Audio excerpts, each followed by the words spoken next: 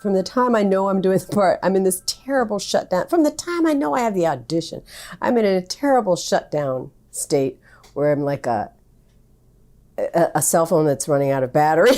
Like I'm just looking for a signal, desperately looking for a signal. And so the signal could come from anywhere. I sure don't have a system in place that guarantees that I'm going to get a signal. So I'm just looking for a signal, and so I'll do anything. Filmmaker Magazine presents Back to One with Peter Rinaldi. Deirdre O'Connell is an actor. I sat down with her at her home in New York City to talk about the work. Is there a typical way you begin your preparation process? Read the whole thing. Read the whole thing numerous times. Read what I have to do innumerable times. Read the stuff I'm in innumerable times. So, but it's good to read the whole thing and have a real sense of the whole thing, because a lot of times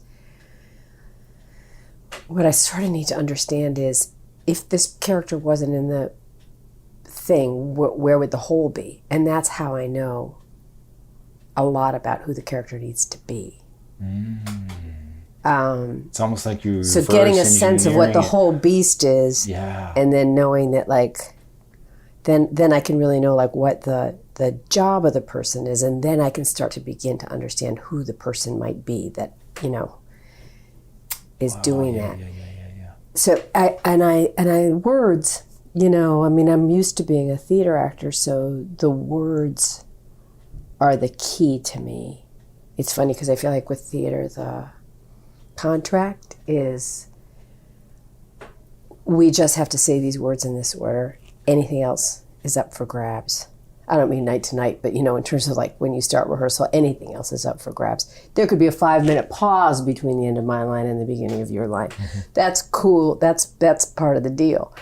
But that means that we all have to know the same lines. I'm like really used to like an old school theater thing, and that's the only rule. Mm-hmm. And it's so sort of the opposite of movies, because with when you're a theater actor, you're in charge of the whole event. You're like the editor. You're the one who's going to determine the rhythm of the tale. Mm-hmm. So the collaboration that you're having with the director and the other actors is how you're figuring out, like, how does that work? How are we going to parse this tale? But the one rule we have is that at the way this is written down on the page, that it's going to follow that that order. So I start with that always, just like memorize. And as I used to be very fast learner when I was a kid, and so I didn't really learn how to learn because I could just learn on my feet. But then as I got older, I've gotten more. I'm like the old lady that comes in off book. I remember those old ladies when I was a kid and being like, that's crazy. I mean, what about the process, man? And now I'm like, forget that. You guys don't want to be going through the process of me not knowing what I'm saying for this entire run. Yeah. So I get really solid off book. And I get solid off book on a film and TV script too, even though, and I always did, because I felt like so much of the process for me was the process of being in rehearsal and the repetition. So it's like I'm trying with film and TV scripts to give myself that experience, because I don't quite know how to feel completely comfortable and at home until I can take the words for granted. Yeah. Until I'm not going like, what's next? So I don't have that slight anxiety. I mean, it's all about like getting rid of anxiety. So I would spend a lot of time on the words in TV and film. What's this idea that you need to learn the words as you're being blocked in the play? Or if you learn them too soon and then before the blocking, it's hard to meld them into the blocking. It's not true for me. Yeah. It's not true for me. I can good learn. to I hear. need to learn them by rote because Yeah. I need to know that I have them, and because it's so hard for me to get them. Mm-hmm. So I work hard on them in a very. I mean, I make drill tapes where I repeat the thing 3 times. It's a very dull, very boring, very very nuts and bolts process, Yeah. and it's not my favorite part of it at all. Yeah. But I kind of got to do that. It's not without any imagination, but it is its own thing. Then there's sort of like, once that's kind of up and running, then I feel like I can get into the imaginative work about who the person is and all that stuff. And I feel like the next thing that sort of happens for me is, I always ask this question, or I started to ask this question a few years ago, maybe partly because of the nature of the people that I get to play, or the problems that they have, or the part of the story that they end up sort of having to pin down. But I try to think, who would this person be? Who is this person if I truly believe that they are smarter than me? So I always try to think about the character being smarter than me. Why is that important? What does that do? I feel like a lot of times I end up playing people who are in very compromised positions, but it makes me have to start with an inability to distance myself from them. Yeah. It closes the distance. I see what you mean. It starts to close the distance for me. So it's almost like if you're saying, if you feel like you know more than they do, or that you'd make better decisions that they do, then you'd have a judgment on them immediately. So then I'm like, what would be the circumstance for somebody who was much smarter than me? Yes. What would have happened to them? What could be the answer to the question? Then how did you end up in this fix? You know, Yes. because often they're in fixes. Yes. Or Yes. how did you end up saying this dumb stuff? A lot of times I feel like the intelligence of the character can get thrown under the bus. Oh, this is really And I good. am really No one's ever allergic said to this. that. And I feel like I've ended up, in a great way, playing, characters with a little quote around that Yeah. thing, who are from a certain class, a little quote around them. And it's very easy for people to think of those people as not as smart as they are. And then it turns into a caricature. It turns into a performance with a P. If you think you're playing somebody beneath you. Yeah, and it's really a danger, I Yes. think. And so I just go like, let's just immediately presume they're above me. Let's just put them above me and see if I can Because get rid of that idea. Everybody is as smart as they can be in the world right now. Meaning, nobody thinks I'm playing underneath my intelligence level here. No, Right? I mean, nobody does. Nobody does think that. Thinks, But you can see it in scripts all the time. Yes. You can see it in scripts all the time where there's like a little bit of a throw in the intelligence of the people. And you're going like, that I don't buy it. I don't buy that happened because they were stupid. Yes. That's too simple. Yes. I'm really interested in how did the smart person get there? Yes. If I can, I'll go to the place. If it takes place in a certain part of the country, or a certain town, or a certain kind of factory, or I'll go to the place. If I have the time. Besides obvious reasons, what does it do for you? It just means that I feel like I have turned every stone over. Sometimes nothing happens. Sometimes I don't see one thing, not one thing happens to me. I don't have one revelation, but at least I feel like I was trying. Because I feel like you're just looking, I felt like from the time I know I'm doing the part, I'm in this terrible shutdown. From the time I know I have the audition, I'm in a terrible shutdown state where I'm like a cell phone that's running out of battery. I'm just looking for a signal, desperately looking for a signal. And so the signal could come from anywhere. I sure don't have a system in place that guarantees that I'm going to get a signal. So I'm just looking for a signal, and so I'll do anything.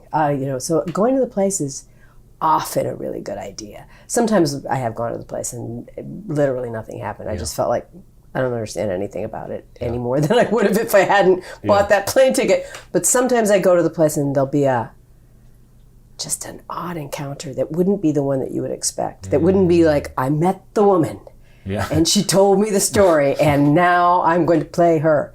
It'll be more like, I met this dude who was asking me for a cigarette over on the side of the thing and then looked at me, realized I wasn't from the town, and just said, oh. And then I realized that he hated me, and I think, oh, that kind of hate. It's so particular. And I wouldn't have even thought of that as being a characteristic of this person that I'm playing, who seems like all she does is like want everybody to like her. And then I'll be like, but that cold look he had, that cold look, that was just a second long. And I'll be, okay. And then I'll have that cold look with me in my pocket. And it'll end up being the bottom of something that I thought was the opposite, but, and it was just because I happened to go to the place. I suppose I could have found that cold look on the streets of New York City, but I wouldn't have been looking in the same way. I wouldn't have been open to it in the same way, maybe. Yeah. So the cold look is in your pocket on the stage. And what, how is it serving you? Do you know what I mean? Can you break that down? What does that really mean? How is that helping? It's sometimes it'll be literally that there'll be a moment in the play that where that will, I'll find that. I'll be like, oh, this is where that cold look is. I get it. Or it'll be underneath something that's sort of the opposite of that, where somebody's being very, very accommodating, and it'll suddenly feel like, but at the bottom of it, she knows that you're the enemy on some level, that you're judging her. There'll just be it'll do unexpected things, but I'll have it sort of in my. And if it just fills in the gap, that's enough. Yeah, and it's often like it's surprising how it'll be It's almost like it's a petri dish, and if you put in the correct vitamins and germs, the thing will start to grow. The mold will start to grow. And you won't know the shape of the mold or the color of the mold or anything about it. And you just keep putting in elements and nothing happens. And the mold just keeps not growing. And you're just out there by yourself saying these lines, feeling like a big jerk. At least that's what happens to me. For a long time. And then because of the embarrassment of that, it's so interesting, like acting, I feel like you set yourself up in a situation that is bound to be completely embarrassing unless you solve these problems. Like, why would you do that? Exactly. It's like there's some drama of having to get up in front of people, usually very shy people, put themselves in this kind of dilemma, in this kind of danger, and the only way to solve it is to have grown such a fascinating mold for yourself that you can that you are completely able to stand up in front of 500 people and sing this song or whatever it is. And if you haven't filled it up for yourself, then you're humiliated. And there's nothing in between. It's just crazy. And so much art is like just built from people again and again putting themselves in these compromising positions and then solving it so that they can feel unselfconscious in front of 500 people. Right. What the hell? It's funny. It must be really good when that mold grows, then. It must be really good when it works. Otherwise, it would be insanity. It has to be some kind of great high. Oh my God, it's such a relief. It's not really a high, it's a relief. It's just like everything before it is so horrible that all you really feel is happy. You're not going to die. You're not going to die. It takes a long time to be like, aren't I great? Oh, this is so cool. There's just many steps before that feeling. It's just like, okay, I have some ground to stand on.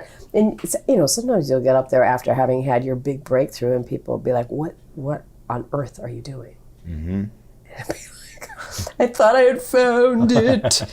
And they will kindly be telling you. And I'll do crazy stuff. Like sometimes I just have to go completely from the outside in. And I would never do this on a movie set, but in theater, a couple times I've done this to the poor writer and poor director. In retrospect, I'm like, oh, those scared the hell out of them. I was like, what if the character's Russian?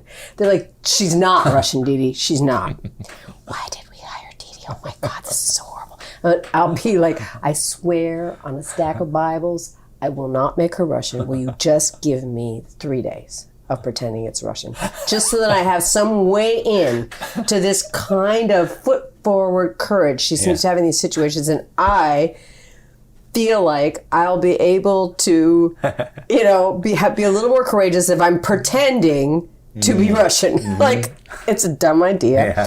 And then it'll be really fun. They'll let you do it. It's completely fake. It's completely outside in. It's a bad Russian accent, but I'm having a blast. And then at a certain point, I'll turn to them and be like, it's a really good idea, right? She should be Russian. And they'll be like, no, it's not a good idea.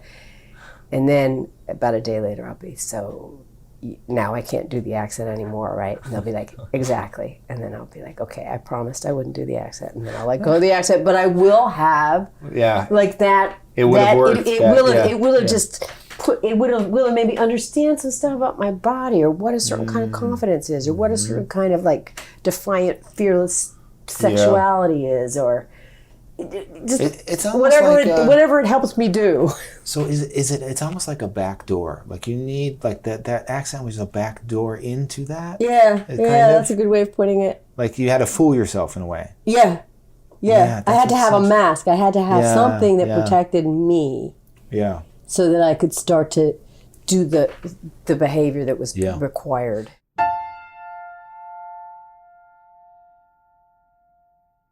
Tell me about when this whole thing went from I don't know what I'm doing to I still don't know what I'm doing, but I'm not scared anymore. That has not happened. As I was writing that question down, I was thinking, I bet you I don't think anyone would say that has not happened. No. So you're still, you obviously, I mean, I don't think there's any actor, and some of the names would be like, no, he probably has said that he's got this by now, but they say they haven't. They don't have this down. This acting endeavor, but I would figure that you're not scared anymore. I'm so scared. Sorry to say. I mean, I feel like I can. What I've learned is that I can't like do a play 365 days a year because I can only handle waking up with that kind of dread so many days of the year. Yeah. And so I know I'm not going to put myself through 365 days. So that's good. That's knowledge. Yeah. That's. But I do know I will wake up with that. I'm better at knowing that I won't die, probably. But I do sometimes think that this is the one that is going to kill me. This is the one. This is finally the one. Yeah. The other one wasn't. The other one wasn't before that. And this is the one that I'm really gonna not. I never thought of this mold idea before. That the mold is actually it's just not taking. So you're happy when every play ends? No, but see, that it's makes rare. no sense then. It's rare though. It's rare, but there are some that I love so much that I feel almost like there's a death, and so I get really, really sad. And so you wake up with dread every day with those, but you're sad when it's over. Yes, but not all of them. Most of them I'm not sad when it's over. Most of them, even ones that I've really loved, I'm like, shoo. But there are some that are really hard to let go of because I feel like I'll never really get to go there again. And they are like being in love, so you feel like letting go of you're never going to see that love again. And that person's dying. The person who is sort of your responsibility what is the word? You're their little vessel. You're their vessel. They're so alive because of you. Yeah. Yeah. So you're just their vessel, and then what happens to them? So it really. Sometimes I have that. Not all the time by any stretch, but maybe 5 times or something. I've had that. Yeah. Where I was just in mourning. Wow. And I didn't necessarily know that it was going to feel like that, but I did. The amount of fear someone has about being in front of people and the amount of work they need to do to create a situation where they feel comfortable doing that is probably equal. So I think if you're dealing with someone who's extremely shy and afraid, they're probably going to be able to make a thicker, richer stew for themselves to be able to get up on stage or to be able to have the confidence to be at all loose and comfortable on a set. And there are people who are just natural performers who just love the thing of it. Now, I'm not saying that they aren't working as hard or even better actors, but they're not. They might not. There's also like having a great affinity for a character and just reading it and having an affinity for it. Like Diane, for example. Yes. I grew up around the corner from the director of that movie. Oh. And I could tell when I read the script that it was from my hometown. Wow. So I felt a lot of affinity for those people. So I didn't feel like I did not have to go to the town. Yeah. Because I knew the town well. Wow. So that was just a lucky accident. Yeah. Did he have you in mind the whole time for this? He found me. I don't think he wrote it for me, but he found me, and I was out of town, and we had to talk on the phone. So I read the script, and when I read it, I there were so many resonances with this little city that we both grew up in, that the first thing I said to him when we got on the phone was like, "Where are you from?" And he said, "Well, I'm from somewhere you would have never heard of." I said, "Well, tell me." He said, "I'm from Pittsfield, Massachusetts." And I said, "What street?" And he said, "Pomeroy Avenue." And I said, "I'm from East Housatonic Street." It turns out we were literally a half a block away from each other. We didn't know each other. We were just different enough in age. Wow. I just watched before I came here the scene, the 1999 scene, as I'll call it, or whatever. 1999. Party like it's 1999 scene. You're in the bed the whole time. Like this is was like heaven. First of all, I had just gotten over the flu, so I just watched some of it because I knew we were going to talk about it. So I was like, let me try to remember what this was like. I had gotten the flu. It was right after Christmas, and I had gotten really sick, and my mom was visiting me, and my mom got really sick, and we were just sick as dogs. And so when I got there, I had that awesome cough, which I couldn't fake that cough. Wow, so I had that really croupy, horrible cough. Yeah. My character was not dying of a lung disease, but the cough was a nice touch anyway. Yeah. Because, she was dying of a lot of things. And so I was in a good, weird state when I got there because I was still pretty sick. That's interesting. So it was a lucky break. Yeah. Mary Kay and I had rehearsed a bunch, maybe 2 days or something. So that was a real great luxury to maybe just one day, but we went over everything. So we had known each other for a while. We had known each other before. We weren't good friends, but my boyfriend had directed her in a movie, and I had gone and hung out on that location and gotten to know her then many years ago, like 25 years ago. But we remembered each other. We had liked each other. So we weren't strangers. And so that was good. Yeah. But that was a beautiful set. That was a beautiful, easy, lovely set to be on. But being in the bed the whole time was great. Yeah. And no makeup. Yeah. Because I was supposed to look like I was dying. So that was great. No makeup, no hair, lying in a bed. Yeah. That was heaven. And does it help you to, like, even on your breaks, not getting out of the bed? I didn't get out of the bed that much. Yeah. Something like that helps? Yeah, for me. Yeah. For me. But, my natural laziness was probably... But yeah, no, it was good to not get out of bed. I just stayed in the bed pretty much the whole time. Yeah. Did you guys work out every detail of that summer in question? You know what I mean? Like that. It's so funny because Mary Kay is so open, and she works differently than me. I mean, but I had in my sort of random groping way had a pretty clear idea of what it was like for me. Mm-hmm. And she had a really clear idea about what it was like for her, and it was very pristine, and she had written it all out. So she was like, I'm just going to give you my journals that I've been making for this movie, which was so generous. So she emailed me these journals. It was unbelievable. It was so great. So I got to read, so I got to take all her homework. But I remember, there was a point when we just had, the way it had worked for me, it had just been a different amount of time had gone by between when she had run off with my boyfriend and when she got back. And I think, for one of us it was like a day, and for the other one of us it was a month. They were wildly different periods of time, and it really didn't matter. We just needed each to have but it was interesting to know what somebody else was thinking, because usually you don't. Right.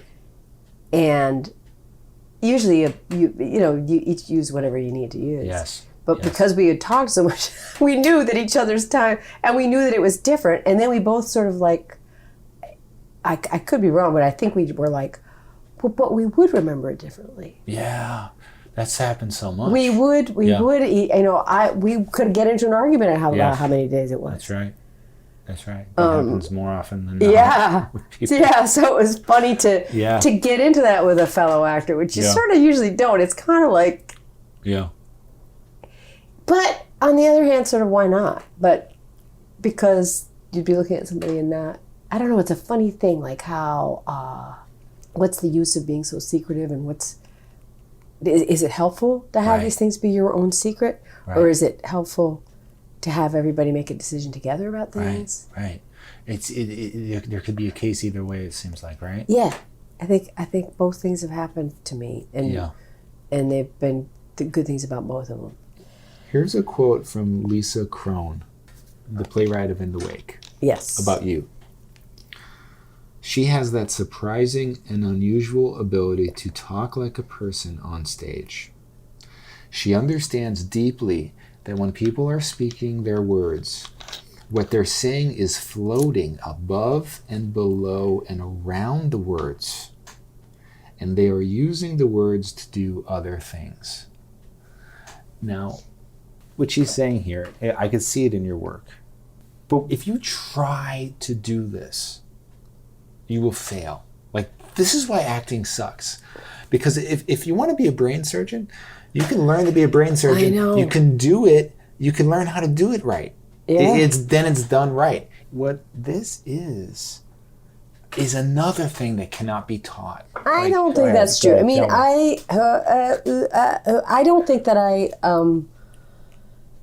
was a very good actor when I was young. And I think I had a huge amount of anxiety, and I think I was barking up the wrong tree a lot, and over hit the mark a lot, and could not calm down and talk like a person a lot, and I felt like I wanted to make myself into a good actor. And I went to this teacher, Mira Rostova. I don't know if in your travels you've ever heard her name, but she was a great Russian acting teacher who is no longer with us. She was Montgomery Clift's teacher, and there was a famous production of The Seagull where she played Nina, where she got beat up because she was old for the role, but it was Monty Clift's production of Seagull. Anyway, Mira, and by the time I knew Mira, she was a good deal older. I don't know, probably she was 60, and she seemed like a million to me then. And someone who I knew, who I thought was a great actress, told me, Mira's the acting teacher. And I had only done experimental theater up to that point. I'd done a bunch of it. I'd been in an experimental theater company in Boston, all kind of Grotowski-based, where we didn't really talk. We did a lot of physical work. So I really did not know how to talk like a person. And I'm not saying that I learned how to talk like a person in Mira's class, but Mira's technique was very, very tight. It was a very clear way to break script down. It was basically a script analysis class. But I watched people who couldn't act their way out of a paper bag, as they say, learn how to become subtle, really interesting actors in that class. I saw that happen over years. I mean, I was there for years, and I saw people who were just awkward, flat-footed actors become, or not even actors, so they just flat-footed, like up saying lines, that become just through working with me, like these beautiful actors. And now, I also saw a lot of really beautiful acting in that class by people who never could go to an audition. They just couldn't bear it. Like, it was so interesting to see that the good actors aren't necessarily the ones who you would ever, who can't jump through the gauntlet of this business. They're different things, being able to handle the horrible humiliation and embarrassment of being in the business and being a great actor are not necessarily the same thing. And there were a lot of like that kind of hot flowers in that class, I remember. Beautiful actors. Zora Lambert was her student, and Zora was there every week. And Zora, I would watch Zora like get up and do a monologue. You couldn't believe how human and delicate and brilliant it was. And Mira would just shake her head, put Zora through her paces, and then it would get better. Wow. And it would happen over and over again. And Mira's techniques were called the doings, and I'm not going to remember it all correctly, but it was like a very simple way to break down a script that had to do with why people say what they say, what they're expressing when they say something, and it all had to do very much with the language. And she did not do any work with people's personal lives or how you were going to get to the point where if it said, you cry in the script, you're going to cry. That was not her interest. Her interest was in like what is in this language, and she mostly worked with Chekhov and Williams. So it was like these two writers mostly, and you'd get up in that class and you'd open your mouth, you'd say one sentence, and she'd just shake her head, and she'd start you there, and sometimes you never got further than that one sentence, and it was so aggravating and frustrating. It had so little to do with like feeling the wind under your wings or anything. It had to do with the precision of why people speak when they speak. Like a tiny example would be like the grass is green. The difference between expressing surprise because the grass is always blue, expressing surprise because you hadn't looked out the window for a long time, expressing disdain because you told me that it was blue, expressing, there were a bunch of other ones, there were like 4. I'm not going to be able to go through them all, but they were so precise and so obvious when you started to learn them. But to move through a whole script and have that be in place, and there was never a moment when I felt like I got this. I can outthink Mira with this. I would always go in and be wrong, and I did a lot of coaching with her in her apartment. And eventually I stopped going, partly just because I second-guessed myself so much because I would always be off. But by then I had this technique under my belt that I could, when I was at a loss for something, I could be like, okay, it's not this, it's that. Disdain against the idea that I don't understand how the world works, whatever it might be. Jessica Lange was another one who you would see like coming out of the apartment when you went in sometimes. She was a secret weapon. She was a really amazing secret weapon. Hard, grueling, but once in a while you'd get it. And you would feel like, that's when the language stops being outside of me.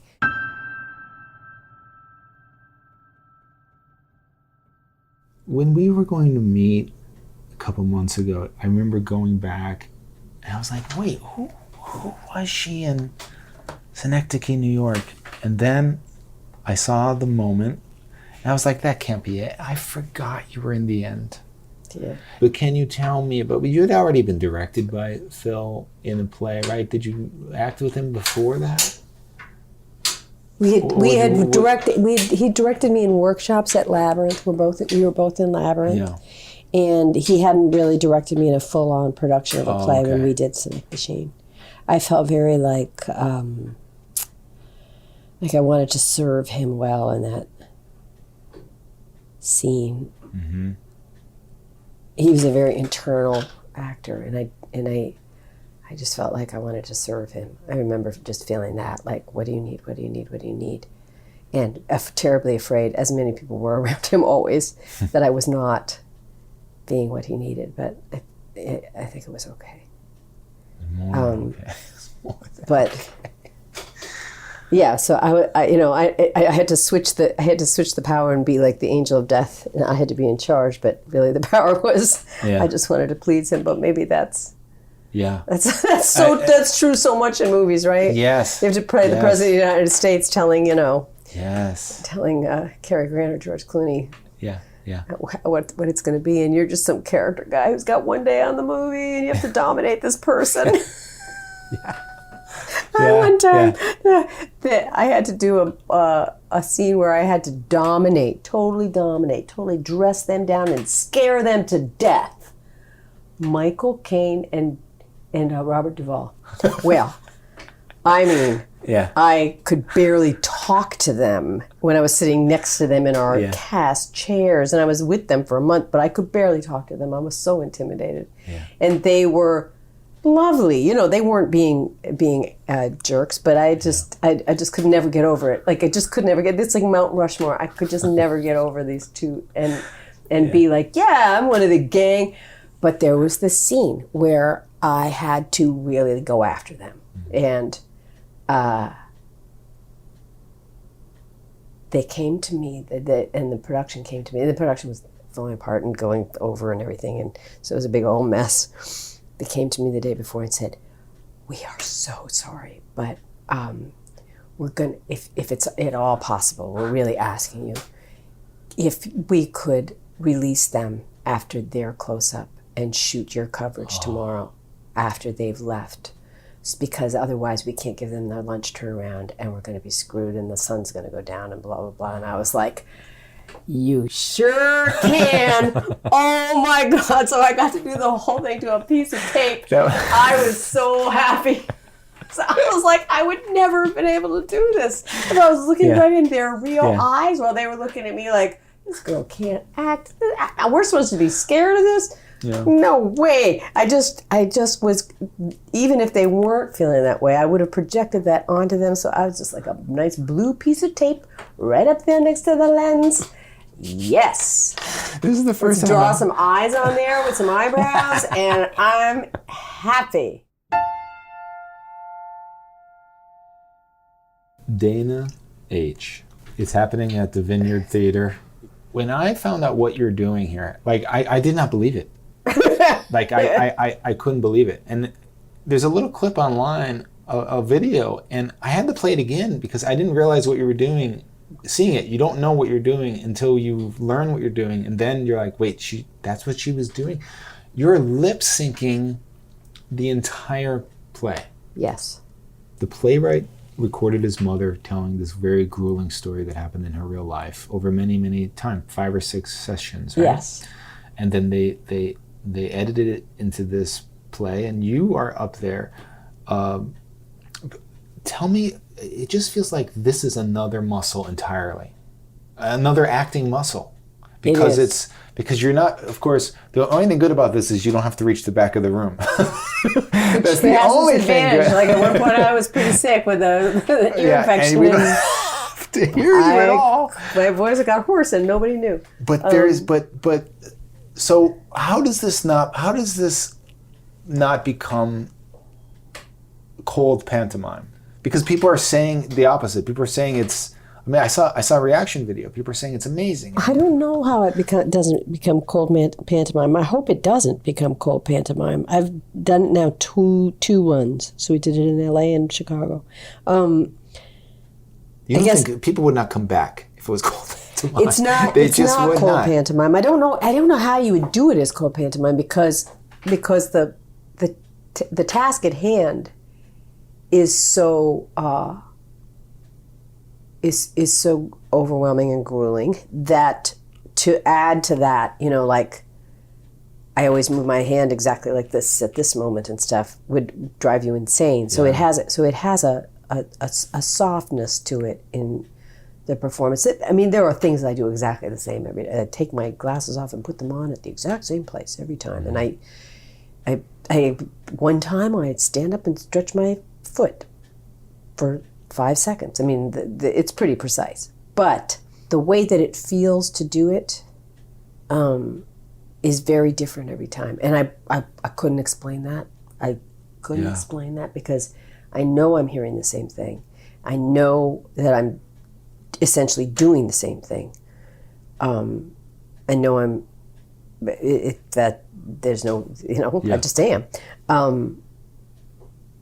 But it feels like the emphasis of the story changes a lot. The things that come to me, the things that I'm thinking about change. There's certain patterns and stuff, but there's a way that it's an act of surrender that I've never gotten to experience before, partly because it's so hard to do. Yeah. And because it does have to be the same. So Dee Dee's brain is not occupied with like, ooh, I wonder if there's a even cooler way to do this.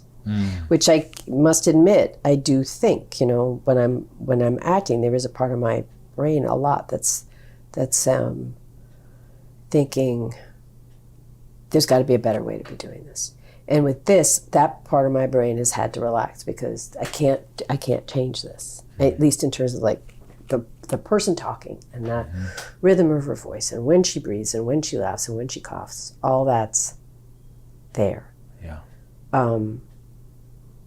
And because the rhythm of it is so precise, the event of it is so precise. It's not like, well, maybe I would be, coughing louder. There's none of that either. So so the things that I'm used to finessing, the things that I'm used to feeling like are my expressive nuance. Yeah. That's all taken away. Yeah. And in a funny way, taken care of.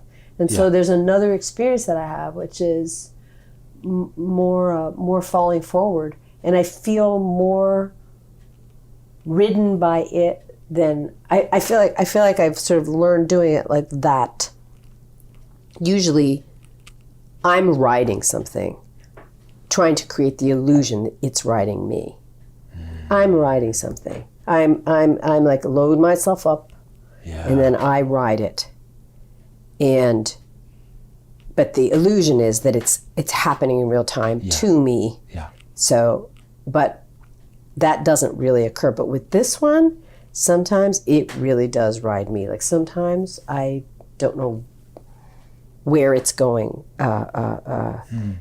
in terms of just my thoughts and reactions to things. Mm-hmm. It's memories things I haven't thought of for years will come bubbling up. Like it's this weird empathy exercise, this weird meditation that does this stuff to me.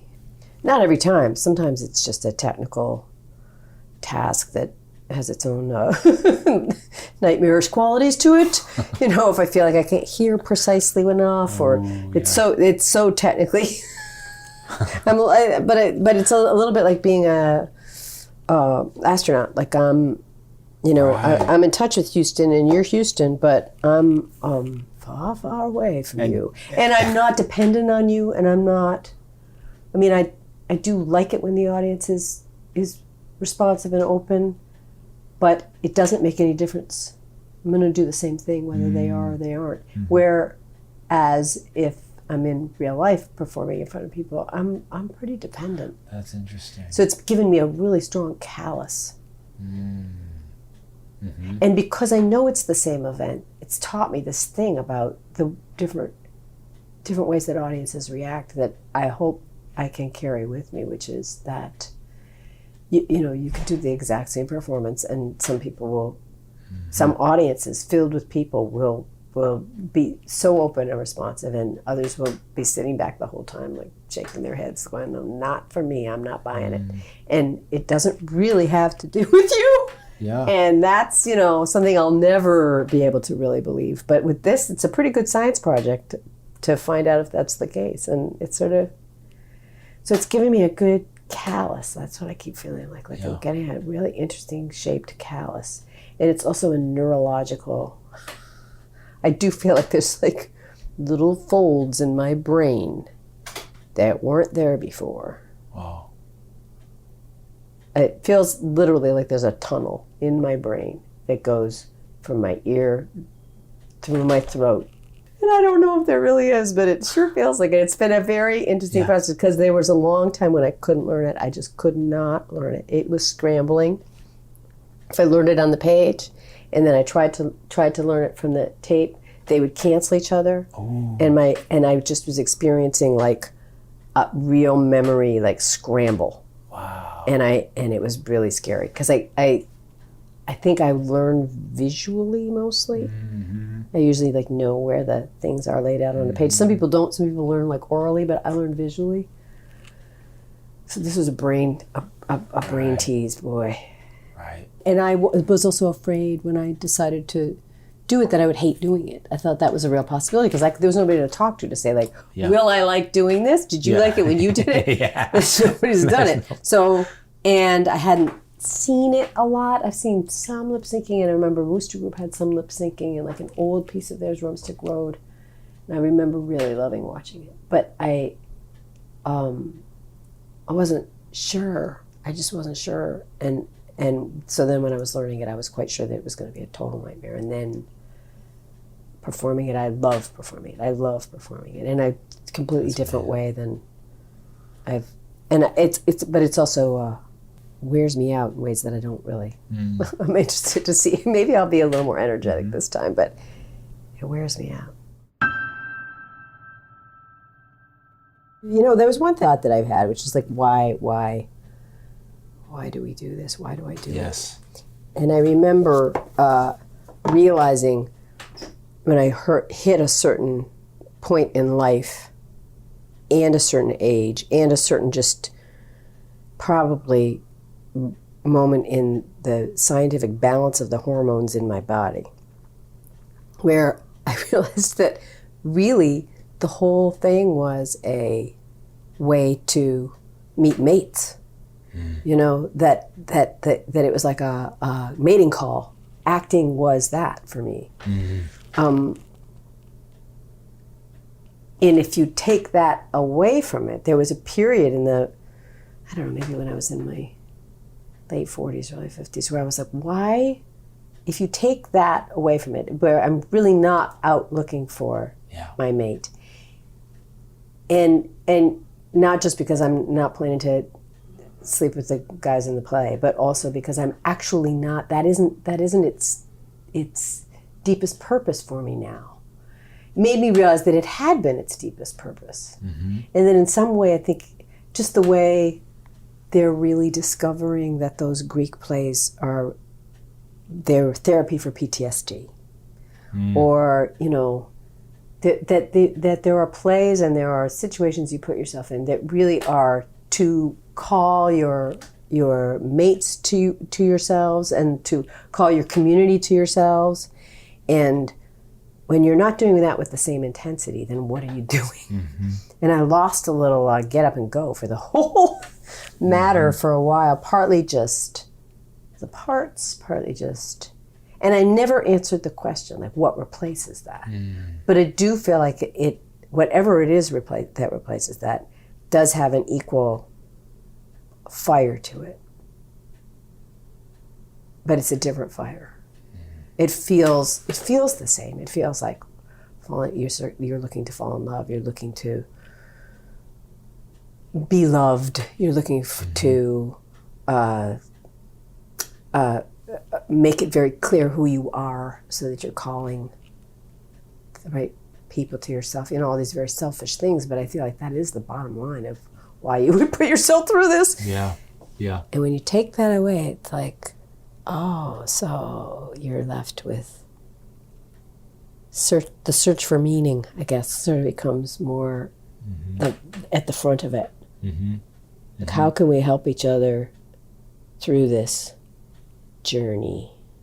There may also just be, as you get older and you watch people become invisible, and you watch yourself wanting, I mean, I know I want to spend a lot of time by myself, so I could imagine becoming an extremely invisible person, and that I would be fine with that in many ways, but making art keeps me in a community and keeps me not invisible, keeps me awake and amongst my fellow, beasts, and that, I think that's really good. Oh yeah. And pleasurable, and I do feel like, in the same way I felt as a young woman, like, and you have to earn your place. You can't be like resting, because who wants the these are hard places to hold. Yeah. Making theater and film, like, they're hard places to hold. Oh, yeah. They demand a lot of the people that do them. Yeah. Yeah. So you expect a certain kind of human to be around you when you're doing it. Yeah. Especially with theater for me, but that's just because I'm a snob. I mean, I just really find I find my compadres more often. Yeah. Yeah. Yeah. Deirdre O'Connell, thank you so much. Thank you so much. That was really fun. Back to One is a production of Filmmaker Magazine, which is a publication of IFP, the Independent Filmmaker Project. Listen to back episodes of this podcast at filmmakermagazine.com or wherever you get your podcasts.